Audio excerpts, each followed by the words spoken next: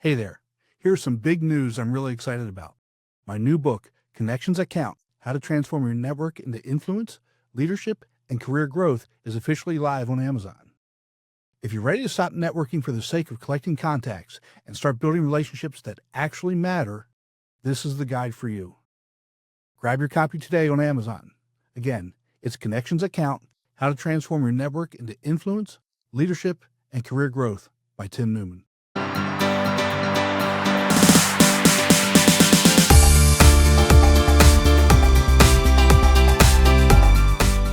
Welcome back to Speaking with Confidence, the podcast that helps you build the skills that lead to real results.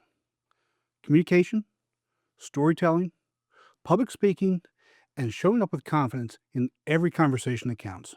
I'm Tim Newman, a recovering college professor turned communication coach, and I'm thrilled to guide you on a journey to becoming a powerful communicator. Make sure you hit the subscribe button so you never miss an episode. Today, I'm going to take the conversation about digital overwhelm with Craig Mattson a little bit deeper and give you some more practical tips to build better connections and have more meaningful conversations.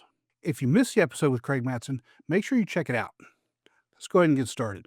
Hey, you Alice. Yeah, you and Ben, you're scrolling while you're pretending to listen to something else right now. We've all been there.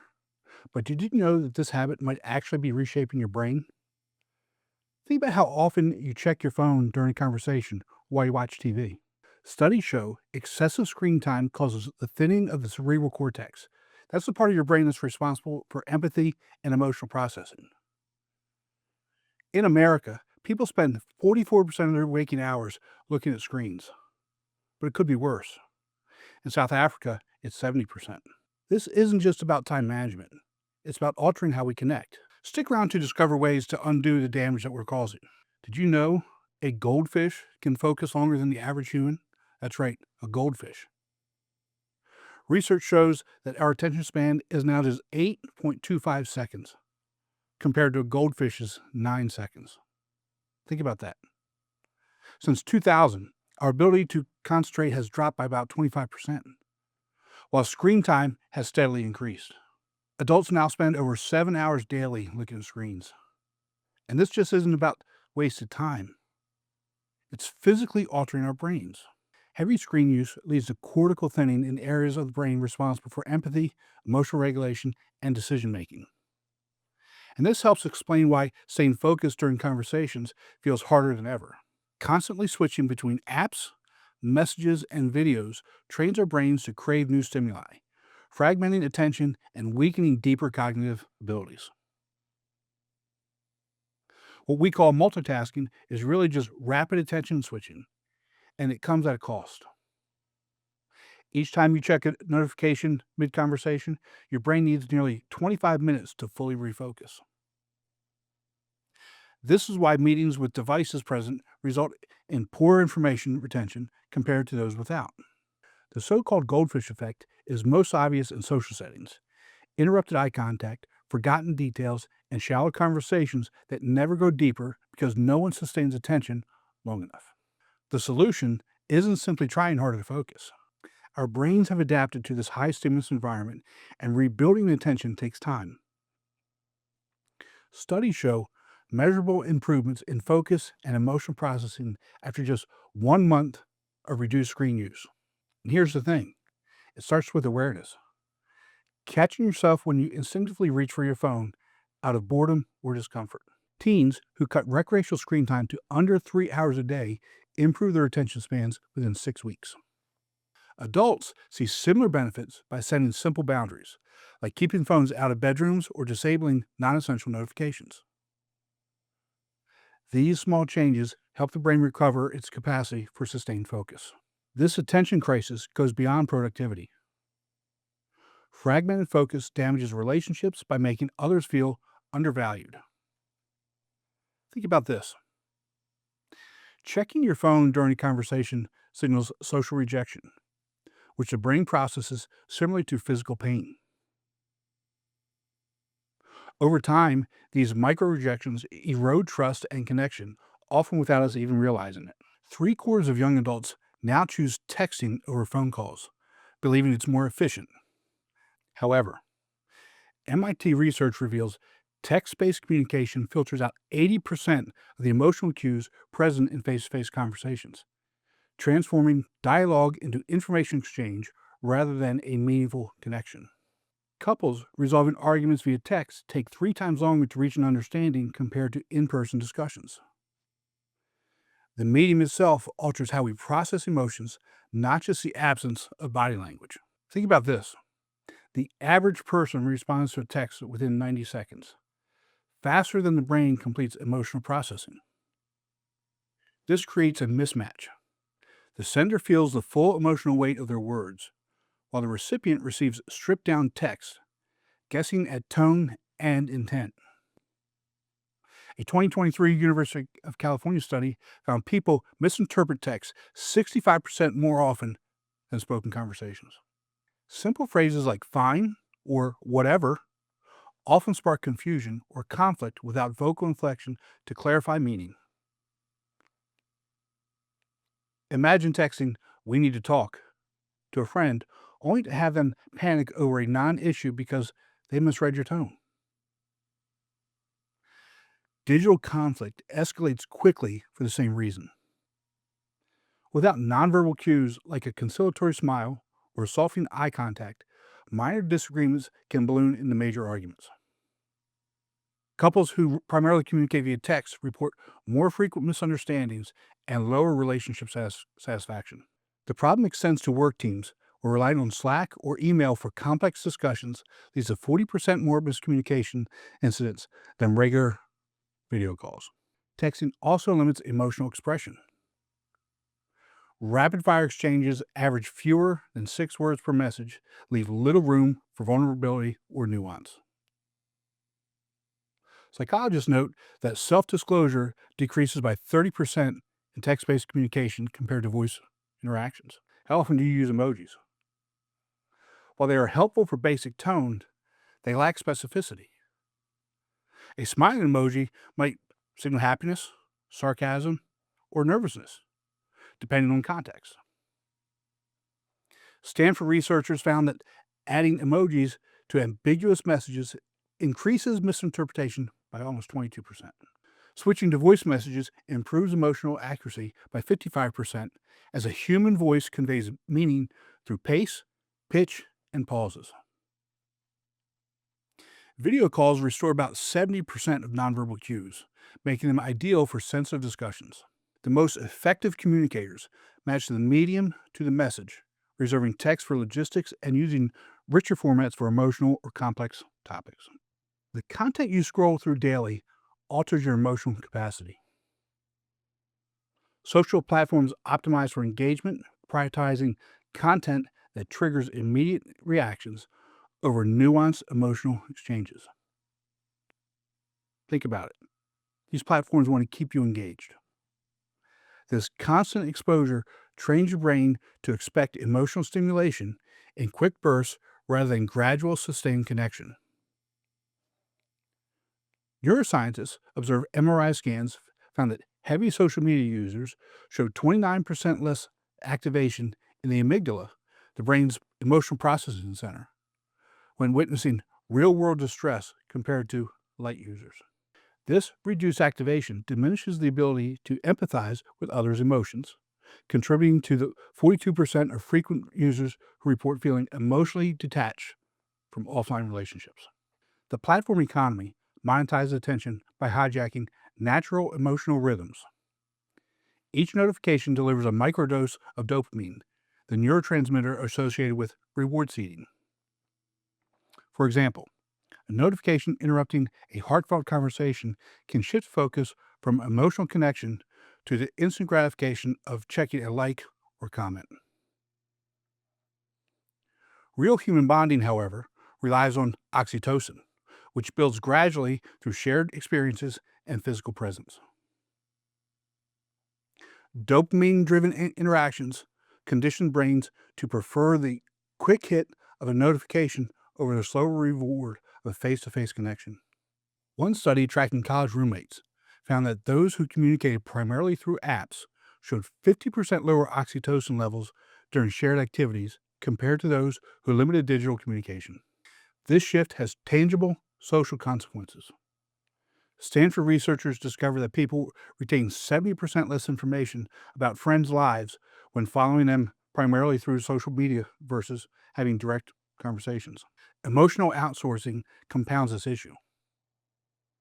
Many now rely on AI tools to handle interpersonal communication, such as drafting difficult personal messages. While convenient, this practice erases the mental work involved in genuine emotional expression. The emotional numbing effect follows predictive patterns. Functional MRI scans reveal that after 2 weeks of heavy social media use, subjects show reduced activity in emotion processing regions and areas responsible for moral reasoning and self-reflection. Reaction buttons further distort emotional development, training users to qualify feelings into simplistic responses.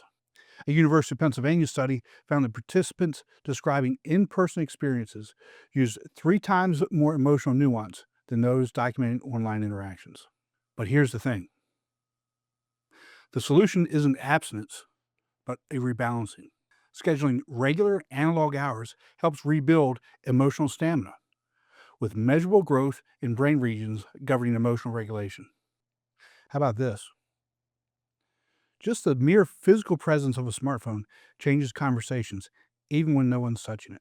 Imagine a family dinner where a phone sits on the table, untouched but visible.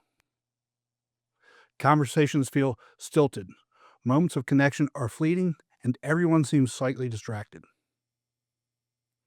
And research backs this up. A Virginia Tech study found that simply having a phone visible reduces conversation quality by 40%. Participants reported feeling less connected, remembered fewer details, and described the interactions as less satisfying compared to phone-free conversations. And here's the thing. This effect occurs whether the phone belongs to you or someone else. And psychologists attribute this to continuous partial attention. Our brains stay semi-engaged with the possibility of notifications, splitting focus between the conversation and the potential digital interruptions. This mental juggling drains cognitive resources that would otherwise enhance listening and responding, and the social impacts are striking. A University of Essex study revealed that participants felt less valued when the conversation partners glanced at their phones, even for less than 3 seconds. These brief glances register as subtle social rejection, triggering a sensitivity that evolved to detect threats but now misfires in the digital age. Workplaces reflect similar patterns. A survey found 58% of employees multitask during virtual meetings, often checking emails or messaging apps. Follow-up tests showed these workers retain 38% less information than their fully attentive colleagues. Yet, many overestimate their comprehension, highlighting the illusion of multitasking competence. How many of you all fit in that category? This normalization of divided attention has broader consequences. Eye contact, a key marker of engagement, has decreased by 60% since 2010 among frequent screen users. What once seemed rude now feels routine. But brain scans reveal a deeper cost. Weaker connections between regions responsible for focus and emotional regulation. Over time, heavy device use leads to habitual attention fragmentation, a state of semi-distraction that persists even without devices. Recovery takes longer, making sustained focus harder to achieve. But again, solutions exist. Research from Microsoft's Human Factors Lab shows that creating tech-free zones, like dining tables, helps build attention capacity. Even 3 device-free meals per week yielded cognitive benefits similar to full detoxes. Physical separation, like leaving phones in another room, proves especially effective, reducing subconscious cognitive load and allowing richer, more meaningful interactions. Again, you don't need to abandon technology to repair your attention span. Just implement targeted boundaries. One effective method is the 90-20 rule. This was developed by Stanford researchers after studying cognitive performance patterns. The idea is simple. Work in uninterrupted 90-minute blocks, followed by 20-minute breaks spent completely offline. For example, imagine starting your morning with a focused work session, then stepping outside for a short walk or enjoying a cup of coffee by the window. These analog breaks allow your brain to reset more effectively than switching between digital tabs, aligning with natural attention cycles and preventing the cognitive drain of constant task switching. Cold turkey approaches often fail because smartphones fulfill genuine human needs, albeit inefficiently. Instead of eliminating screens entirely, consider replacing 30 minutes of nightly scrolling with a phone call to a friend or family member. A University of Pennsylvania study found this simple change reduced loneliness scores by 38% within 3 weeks. In contrast, those who tried eliminating evening screens entirely often relapsed, proving moderation is more sustainable than elimination for lasting change. Small technical adjustments can yield significant benefits. For instance, installing blue light filters on devices improves sleep quality, which enhances next day focus and social presence. Participants using night mode settings reported feeling more engaged in morning conversations compared to those exposed to unfiltered screens before bed. These minor tweaks require minimal effort but deliver measurable neurological benefits, which is why phone manufacturers now include those features automatically. Another powerful habit is avoiding screens for the first 90 minutes after waking. Neuroscience research shows this prevents cognitive fragmentation for up to 6 hours, allowing the prefrontal cortex to activate fully. For example, delaying phone use until after breakfast can improve mid-afternoon concentration by 31%, compared to starting the day with emails or social media. Together, these strategies form a sustainable system that enhances focus without treating technology as the enemy. The 90-20 rule combats the attention fragmentation. Scheduled scrolling satisfies novelty cravings, and morning tech fasting protects peak focus windows. Over time, these changes lead to richer offline interactions and a genuine preference for less fragmented experiences, making the benefits self-reinforcing. The first few days of reduced screen time often feel uncomfortable. But by day 5, things begin to shift. Clinical data shows that within 2 weeks of implementing focus blocks, people report deeper, more meaningful conversations. Face-to-face interaction increases theta wave activity in the brain, which facilitates emotional connection and memory formation. In fact, participants in these interactions remembered 55% more details about conversations compared to those distracted by devices. Memory systems reawaken alongside attention. Neuroimaging reveals that undistracted social interactions activate both the hippocampus and sensory processing areas, creating richer memory traces. One participant shared how she vividly remembered not just her friend's words during a breakup, but the way the afternoon light caught her tears and how her voice cracked. These multisensory memories leave stronger emotional imprints than the fragmented recall typical of phone-interrupted talks. As attention stabilizes, people naturally gravitate toward more substantive interactions. Early on, trial participants often described awkward silences during focus practice. By week 3, these same pauses were seen as space to think, or comfortable quiet. And brain scans confirmed this shift, showing increased prefrontal cortex activity during pauses, indicating deeper cognitive processing rather than anxiety. Over time, what starts as a conscious effort becomes an automatic preference. An MRI study showed that after 30 days of reduced screen time, the brain's reward center responds more strongly to real social cues than to social media notifications.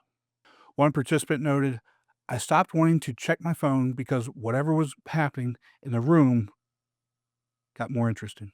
Small physical changes reflect this transformation. Eye contact duration nearly doubles after 4 weeks, and pupillary synchrony, an unconscious mirroring of pupils' dilation linked to empathy, improves significantly. One participant described how holding eye contact during a difficult conversation with their partner helped them connect in a way they hadn't in years. And the benefits extend beyond personal relationships. Teachers in phone-free classrooms reported students asking more follow-up questions and making unexpected conceptual connections. Critically, these gains don't require perfection. Even participants who occasionally lapse into old habits showed similar improvements, proving that consistent effort not flawless execution, drives change. Early discomfort signals growth, and within months, quality engagement becomes second nature. Keep in mind, human connection hasn't disappeared. We've just traded it for digital distractions. That buzz during dinner, challenge yourself to silence it. Research shows each interruption forces your brain to reset, draining focus and presence. But change is easier than you think. Start with one device-free meal a day. Within 2 weeks, 68% of people report deeper conversations.